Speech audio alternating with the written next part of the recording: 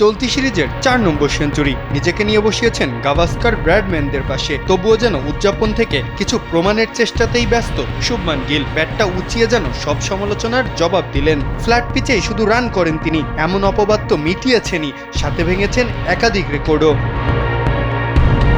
সিরিজে ভুরি ভুরি রান করলেও সমালোচনা পিছু ছাড়ছিল না গিলের।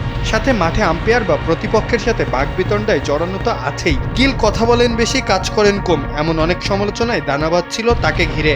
তবে ম্যানচেস্টার টেস্টে যেন মাঠে নামলেন সবকিছুর জবাব দিতে।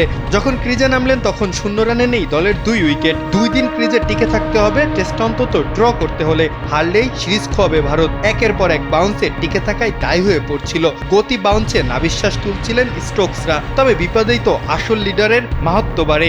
অধিনায়ক হিসেবে নিজের প্রথম টেস্টেই নিজেকে এক অনন্য উচ্চতায় নিয়ে গেলেন গিল।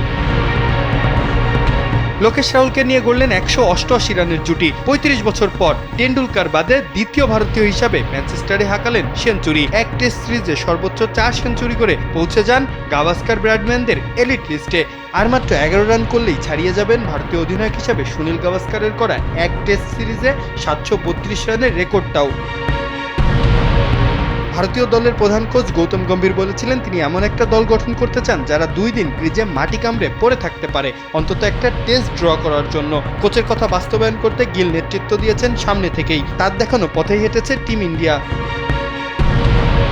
পঞ্চম দিনের শুরুতেই রাহুল গিলকে হারানোর পরে ভয় জেগেছিল ভারতের মনে। তবে অধিনায়কের দেখানো পথেই হেঁটেছে জাদেজা সুন্দররা। গড়েছে অপরাজিত 203 রানের জুটি। অবিশ্বাস্যভাবে ড্র করে ফেলেছে গিলের দল। সিরিজে টিকে রইল টিম ইন্ডিয়া। গিল ও তার দলের প্রশংসায় এখন পুরো ভারত।